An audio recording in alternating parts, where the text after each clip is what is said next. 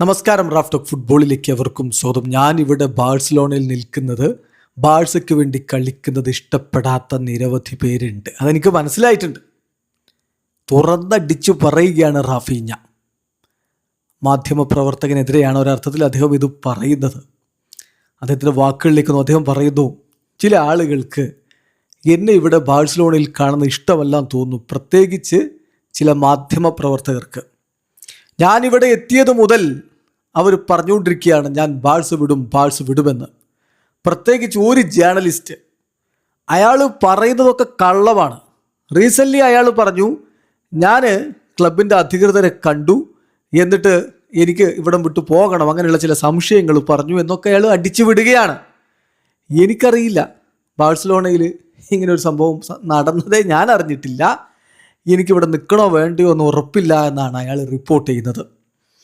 അയാൾ പറയുന്നതൊക്കെ കള്ളമാണ്. എന്തെങ്കിലും ഒരു സ്റ്റോറി അയാൾ പബ്ലിഷ് ചെയ്താൽ പിന്നെ അയാൾ തെറ്റാണെന്ന് പറഞ്ഞ് അയാൾ എന്നെ ഡിലീറ്റ് ചെയ്യും. എല്ലായ്പ്പോഴും ഓൾമോസ്റ്റ് ഓൾവേസ് അതങ്ങനെയാണ്. തീർച്ചയായിട്ടും പല തെറ്റായിട്ടുള്ള കാര്യങ്ങളാണ് അയാളുടെ വായിന്ന് വന്നുകൊണ്ടിരിക്കുന്നത്. ഞാൻ ഇവിടെ തുടരുന്ന അയാൾക്ക് ഇഷ്ടമല്ല, അങ്ങനെ കുറേ പേരുണ്ട് എന്ന് തന്നെ ഇപ്പോൾ തുറന്നടിച്ചു പറയുന്നു. കാറ്റലൻ മാധ്യമങ്ങൾക്കെതിരെയാണ് ഈ വർത്താനം.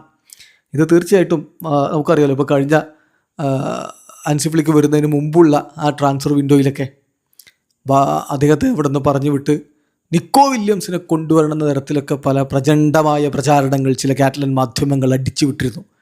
അതിനൊക്കെ അന്ന് തന്നെ റാഫീഞ്ഞ പ്രതികരിച്ചാണ്. ഇപ്പോൾ അദ്ദേഹം കൃത്യമായിട്ട് ഒരാളെ തന്നെ പറയുന്നു. ആളുടെ പേര് അദ്ദേഹം പറഞ്ഞിട്ടില്ലെങ്കിലും അതാരാണ് എന്നുള്ളതൊക്കെ എല്ലാവർക്കും വ്യക്തമായിട്ടുണ്ട്.